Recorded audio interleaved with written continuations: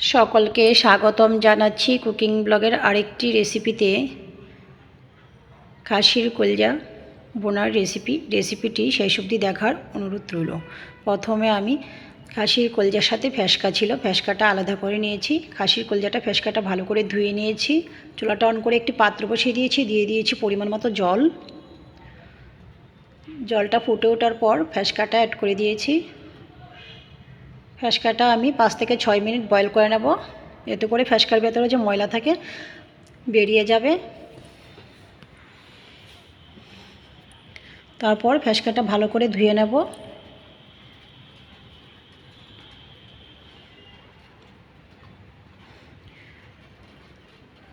পাত্রটা ক্লিন করে আবার চুলায় বসিয়ে দিয়ে দিয়েছি পরিমাণ মতো তেল, কুচি করে রাখা পেঁয়াজ, তেজপাতা, আবারও নাড়াচাড়া করে নিয়েছি।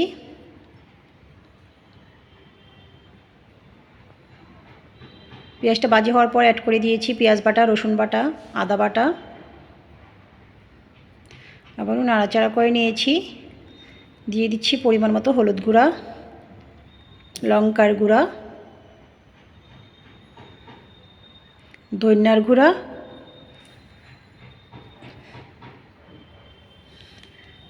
জিরার গুঁড়া।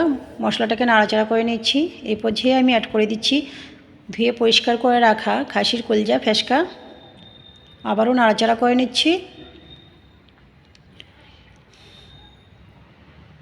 স্বাদ মতো লবণ দিয়েছি, স্বাদ মতো কাঁচা লঙ্কা দিয়েছি। আবারও নাড়াচাড়া করে নিচ্ছি।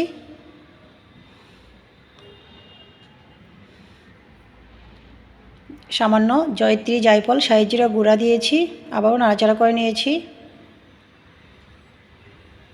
কলজা কষানো হওয়ার পর অ্যাড করে দিয়েছি পরিমাণ মতো গ্রেভি। তো আপনাদের হাতের কাছে বয়েল করে রাখা জলটা থাকলে ওইটাই অ্যাড করবেন। নাড়াচাড়া করে ঢাকনাটা দিয়ে দিয়েছি। খানিকক্ষণ পর ঢাকনাটা নামিয়ে আবারও নাড়াচাড়া করব।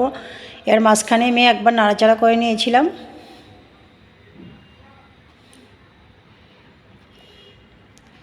আবারও ঢাকনাটা দিয়ে দিয়েছি।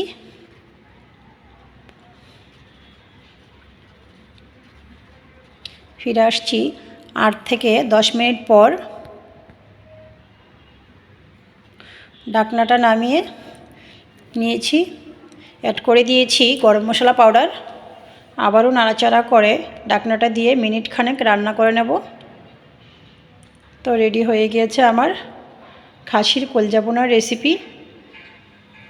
রুটি, পরোটা, নান অথবা সাদা ভাতের সাথে পরিবেশন করতে পারেন। রেসিপিটি ভালো লাগলে অবশ্যই চ্যানেলটা সাবস্ক্রাইব করে পাশেই থাকার অনুরোধ রইল। সকলকে ধন্যবাদ।